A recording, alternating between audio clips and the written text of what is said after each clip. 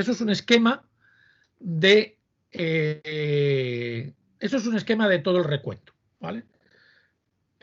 La última de lo que es la lección 2.2 de la parte de recuento. ¿Vale? Os voy a comentar un poco este esquema. No sé si os habréis leído todos ya la lección, si habéis intentado hacer algo ya de la parte de recuento. Como nos quedan 20 minutos solamente, pues os voy a proponer este esquema. Aquellos que os hayáis leído, pues a lo mejor me podéis preguntar alguna duda cuando llegue al punto así, si tenéis duda en alguna parte concreta. Y si no, pues sobre este esquema, pues voy a decir más o menos en qué consiste lo que vamos a hacer en esta semana y en la que viene, ¿vale? Lo primero, ¿qué es recuento? ¿Vale? ¿Qué significa eso de recuento? En recuento lo que se trata es de contar cosas. Obviamente, contar es muy fácil. Si yo pongo... hoy me hubiera venido bien tener la cámara porque quería proyectaros varios objetos y poner varias cosas, pero al final, hoy casi cuando más falta me hacía no lo he tenido. Pero si yo os pongo sobre la mesa varios objetos, pues es muy fácil, ¿no? Yo qué sé, os pongo unas tijeras, os pongo un bolígrafo, os pongo una goma de borrar, os pongo una canica, pues 1, 2, 3 y 4, ¿vale? Eso es recuento, ¿vale? Ya, pero de eso no se trata. Cuando hablamos de recuento en matemáticas, de lo que hablamos es conjuntos finitos muy grandes. Quiere decir que no me puedo poner a contar, a ponerlos en fila y contar una cosa detrás de otra, obviamente. Entonces, lo que se trata es de contar conjuntos muy grandes. Conjuntos que no voy a ser capaz de contar poniendo, como digo, poniendo unos elementos detrás de otro y contándolos. O si son estructuras matemáticas, por ejemplo, hay algunos ejercicios que habréis visto, ¿cuántas listas hay que verifican tal cosa? Pues obviamente, si os pongo listas de 7, 8 elementos y tenéis que poner todas las listas que tienen una determinada condición y empezar a contarlas, pues obviamente eso no es práctico. Eso es lo que sería lo que se dice en computación por la fuerza bruta, que es coger el conjunto a lo bruto y contarlo. Entonces eso no es práctico. ¿Qué es lo que significa entonces cuando hablamos de recuento en matemáticas? Lo que hacemos en matemáticas es contar algunas cosas que sabemos contar fácilmente mediante unas formulillas que son las que están ahí resumidas. Eso es lo que se llama un modelo matemático. Entonces, en recuento vamos a definir varios modelos matemáticos, es decir, conjuntos finitos cuyo número de elementos sabemos contar fácilmente. O tenemos una fórmula o tenemos algo que nos dice cómo de grande es ese conjunto. Ese sería el modelo matemático. Si nos quedamos ahí, la cosa sería muy sencilla. Si yo dijera cuántos elementos tiene este conjunto y yo lo defino de forma matemática, pues solamente tenéis que ir al epígrafe donde digo que cuento eso y ya está, ¿vale? La dificultad de estos problemas, ¿dónde está? Pues que no nos vamos a quedar en el modelo matemático. Lo que vamos a tener es un problema real. Todo lo que hay en la relación de ejercicios son problemas o situaciones reales. Definición de comités, definición de cómo ocupar un autobús, de cómo repartir tareas a un equipo de trabajo. En fin, son situaciones reales. Parecido a lo que hemos hecho en estos últimos ejercicios, en los dos últimos del teorema de Dirichlet, donde teníamos números que suman 9 puntos en un triángulo. Eso es una situación real, más o menos real, de un problema realista o más o menos idealizado, pero un problema real, lo que se llaman en inglés también word problems, problemas de palabras, que nos sitúan un problema real o un contexto real. ¿Dónde está la dificultad de los problemas de recuento? Traducir ese problema real, traducir esa situación real a un modelo matemático, a uno de los modelos que tenéis en este esquema que os he hecho yo aquí. Una vez que tenemos traducido el problema real, la situación real, al modelo matemático, aplicamos nuestra formulita o formulitas y ya tenemos el resultado. ¿Vale? En algunos casos habrá que interpretar ese resultado. En este tipo de problemas, pues no habrá que interpretarlo. Si no nos hemos equivocado, pues ese resultado será el que no recuenta el problema. En general, este esquema que he hecho yo aquí lo podríamos hacer para cualquier problema matemático, que lo primero que hacemos es, a partir de un problema real, encontramos el modelo y después interpretamos el resultado. ¿Vale? Ese sería cómo trabajamos en aplicaciones matemáticas. Entonces, claro, ¿qué es lo que yo os voy a resumir ahora? Pues os voy a resumir estos modelos matemáticos. ¿Cuál es la dificultad de aplicar los modelos matemáticos? La dificultad que hemos tenido al utilizar el principio de Dirichlet en esos dos ejercicios que hemos hecho de la relación anterior. ¿Cómo convertir la situación real en uno de esos modelos? ¿Cuál es el modelo que mejor se ajusta a eso que nos dice la situación real? Os he dividido esos modelos en tres partes. Realmente me podría quedar en estas dos, para las partes difíciles, por así decirlo. Recuento de subconjuntos y recuento de conjuntos de aplicaciones.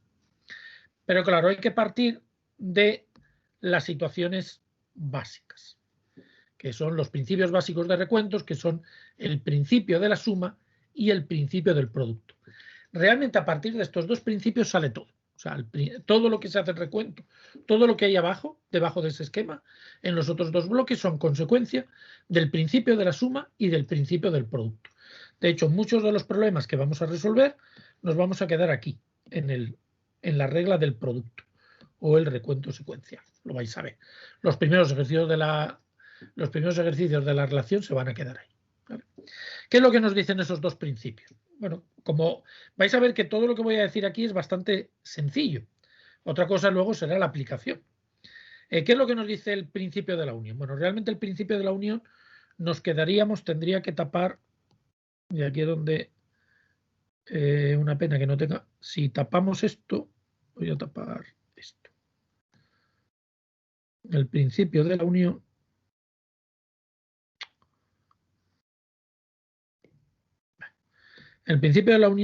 es lo que no está en verde.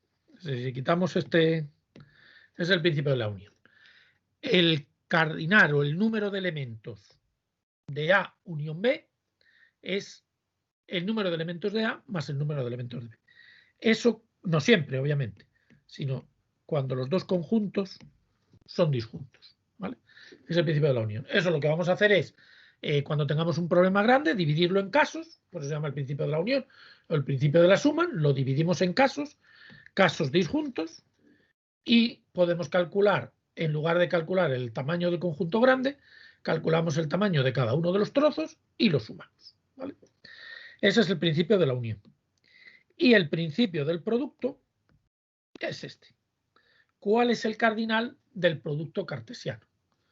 Si multiplicamos, recordar el producto cartesiano, ¿qué es? Una tabla. Si tengo aquí elementos A, B y C, y aquí tengo elementos 1, 2, 3 y 4, ¿cuántos elementos hay en esa tabla?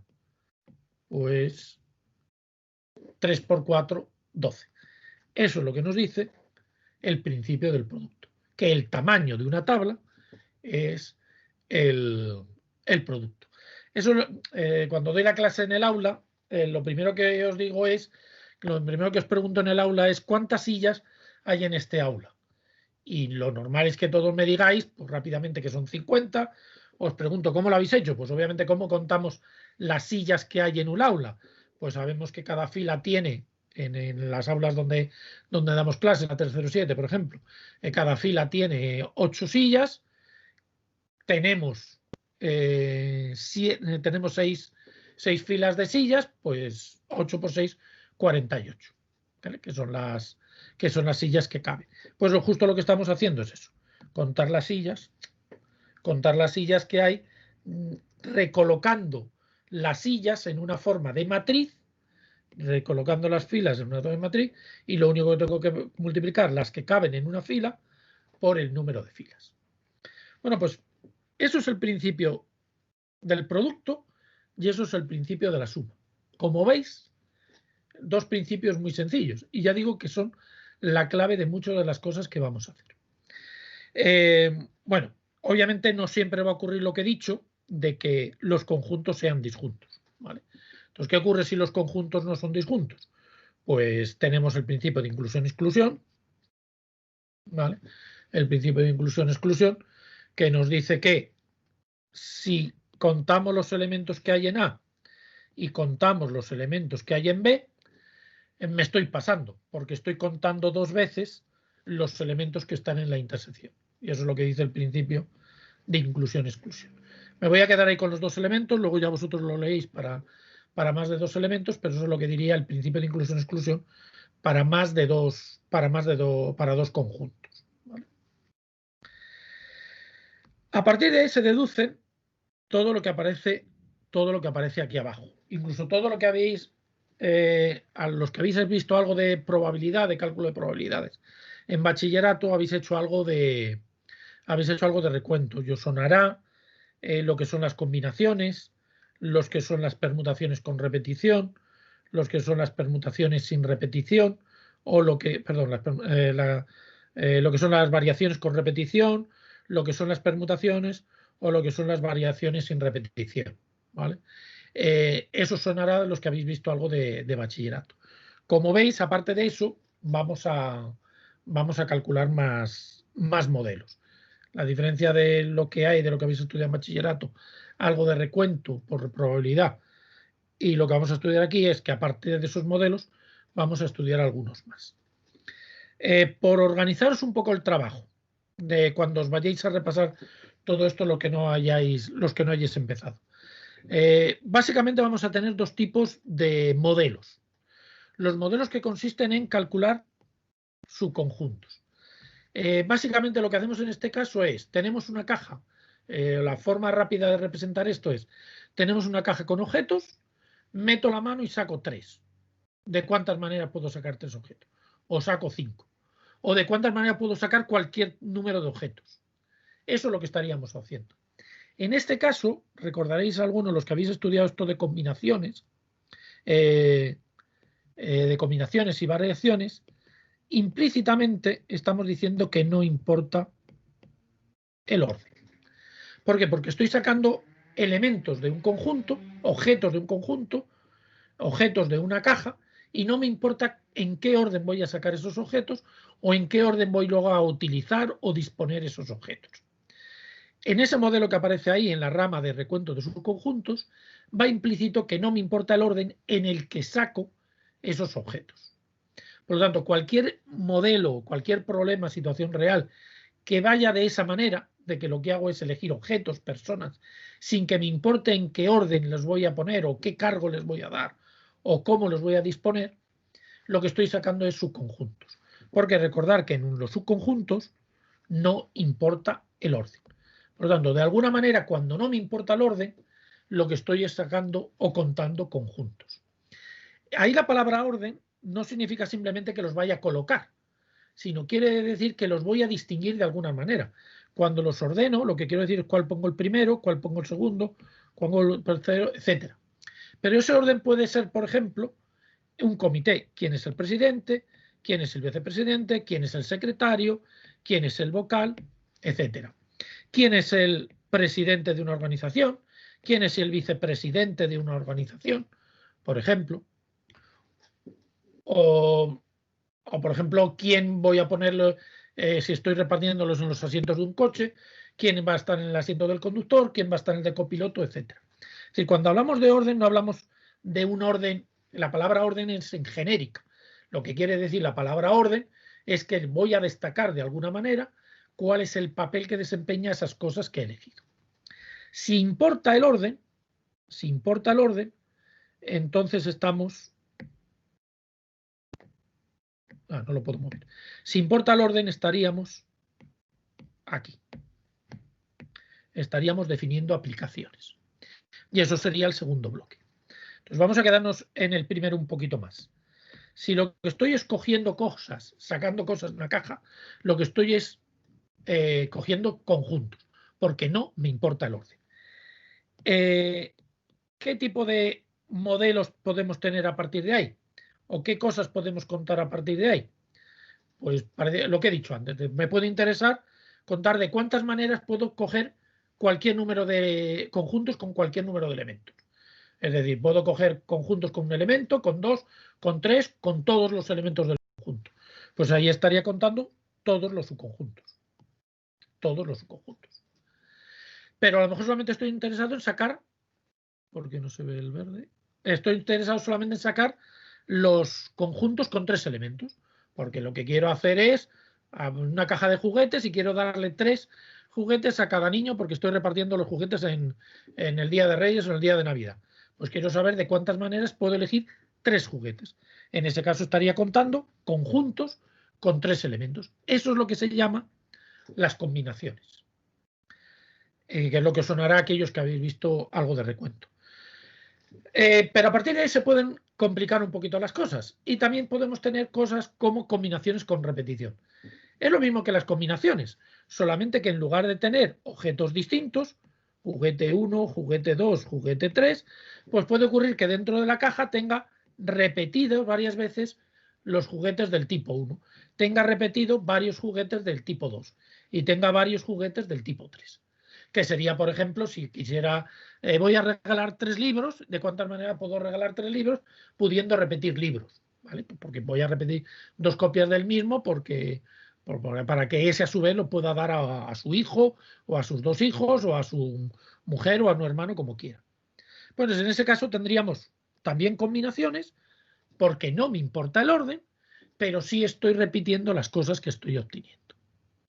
Y habría un tercer tipo, un tercer modelo, en este caso, de coger objetos, que serían las particiones. Bueno, aquí no entro en mucho detalle porque eso es, digamos, otra de las partes un poquito más raras que tiene aquí. ¿Qué sería eso de una partición? Pues una partición sería, tengo un conjunto con 10 elementos, con 6 elementos, por ejemplo, de objetos, regalos, libros, lo que queráis, ¿vale? Y lo que quiero es dividirlo en lotes. Pues a una persona le doy estos 2, a otra persona le doy estos 3 y a otra persona le doy esto, ¿vale? En ese caso, estoy dividiendo un conjunto en varios subconjuntos. Por supuesto, no me importa el orden que ocupa aquí, no me importa el orden que ocupa aquí, no me importa el orden que ocupa aquí, ni siquiera el orden en el que no me importa el orden, por eso estoy en la parte de conjuntos. Lo único que voy a hacer es 3 lotes. Pues ¿de cuántas maneras puedo dividir un conjunto en 3 lotes? Es decir, ¿en cuántas maneras puedo dividir un conjunto en una partición con 3 subconjuntos? Como veis, son distintos modelos donde lo que hago es, a partir de un conjunto, sin importarme el orden en el que elija los elementos de ese conjunto, elegir desde ninguno a todos, exactamente 3. Puedo elegir 2, 3, 4, pero puedo repetir elementos, o lo que quiero es dividir el conjunto en varios lotes, que es una partición. Esos son los modelos que aparecen ahí. Y repito, números subconjuntos, combinaciones con repetición y particiones. Y en la rama de abajo estaría todo lo que corresponde a elegir cosas, pero donde ya sí importa el orden. En este caso, eso de importa el orden, ¿qué es lo que lleva implícito? Pues que si yo tengo, por ejemplo, el ejemplo siempre que utilizamos de partida, porque es un ejemplo que lo aclaramos fácilmente. Tengo 4 personas, 5 personas. Persona 1, persona 2, persona 3, persona 4 y persona 5. Y a partir de esas personas se quieren poner de acuerdo para elegir quién va a ser el presidente de esa asociación, el secretario de esa asociación y el tesorero de esa asociación, ¿vale? Donde pongo 5, pues poner 10, 20 o 5.000 personas, ¿vale? Aquí importa el orden, y en este caso el orden lo que lleva implícito no es porque yo los ordene.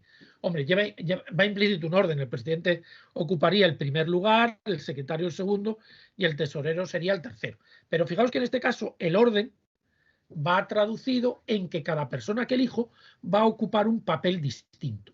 Cuando hablamos de orden en recuento nos estamos refiriendo a eso, que elijo personas, elijo cosas y cada una de ellas va a desempeñar un papel distinto.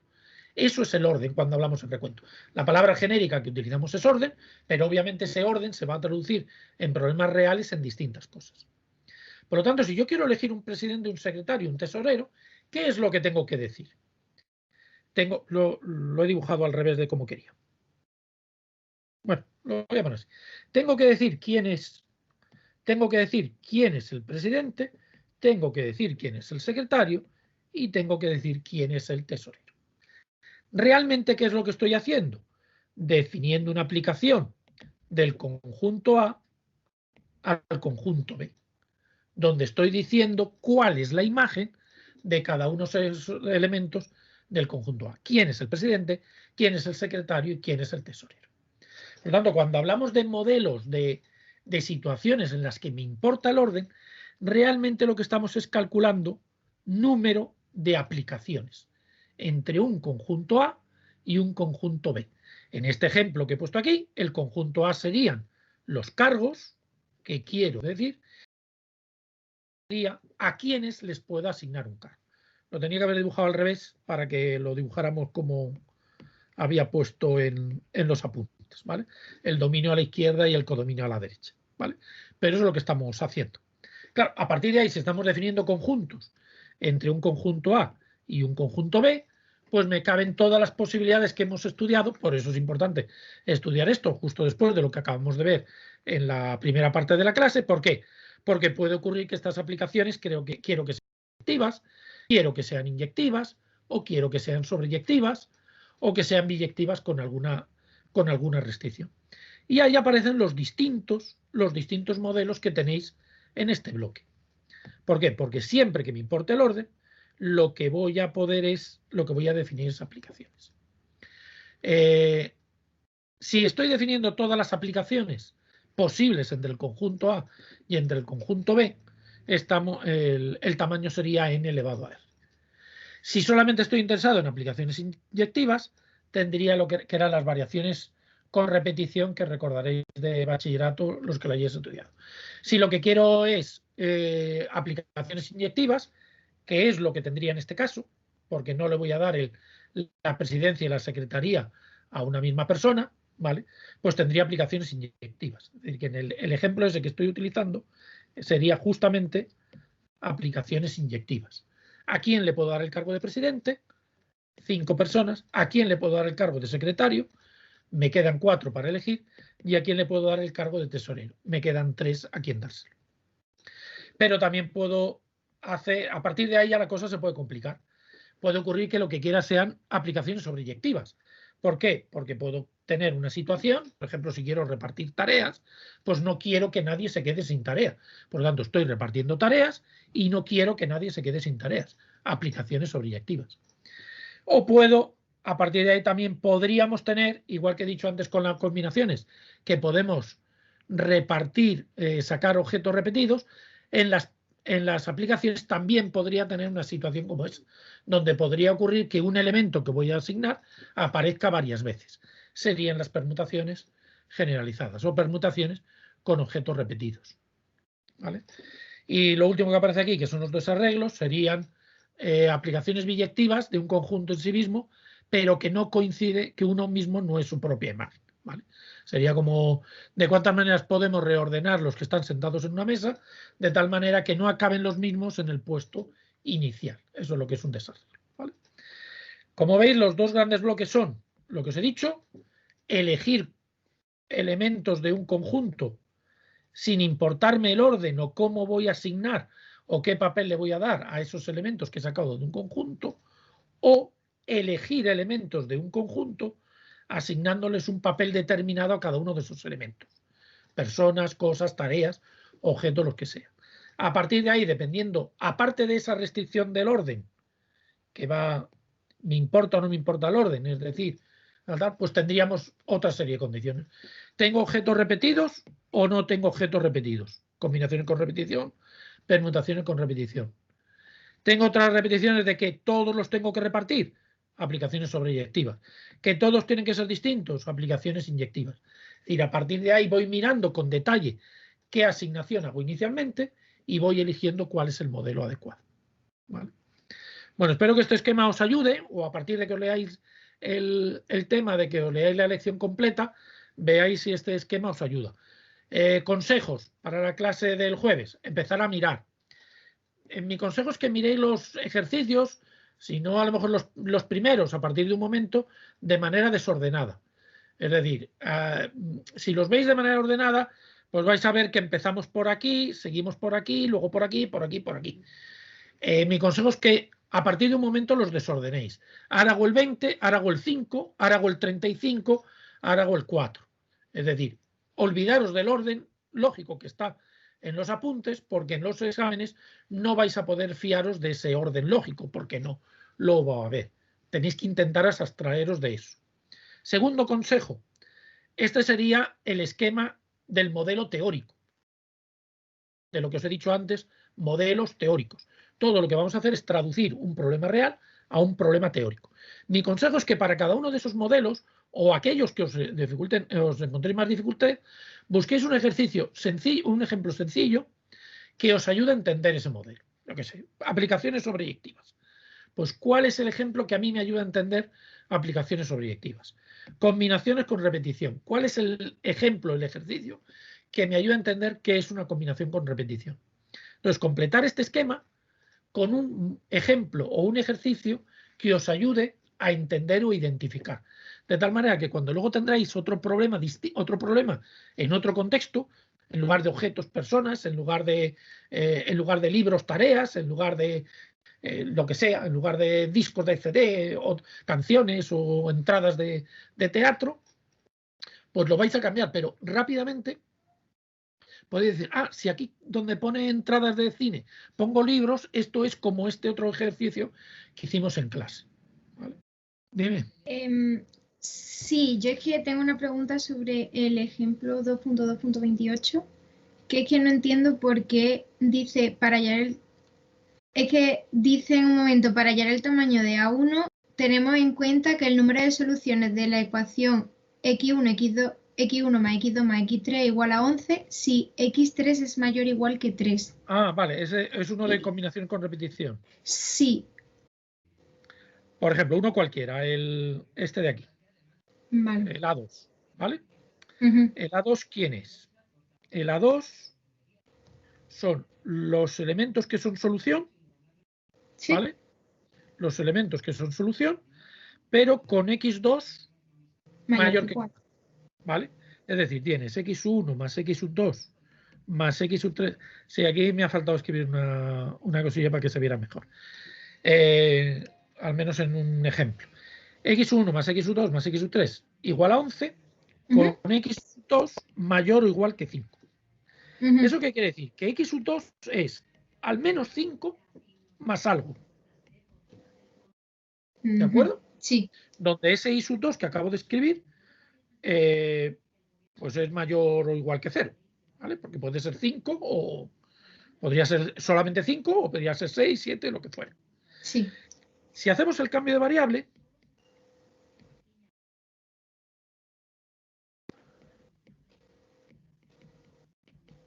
nos queda esto. Sí. Si ahora simplifico el 5, nos queda x1 más y2 más x3 igual a 11 menos 5, 6. Sí. Es más, voy a poner el 11 menos 5, que creo que es lo que pongo abajo. 11 menos 5.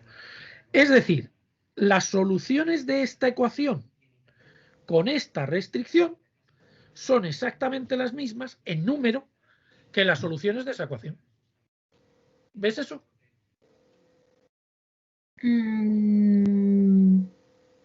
Sí, vale, sí. ¿Tú qué me darías? Para esta me dirías, pues x igual a 1, x igual a 5 y por lo tanto x2 tiene que ser 5. Claro, ¿vale? claro, sí. Que es como a la y 0 darle el valor 0.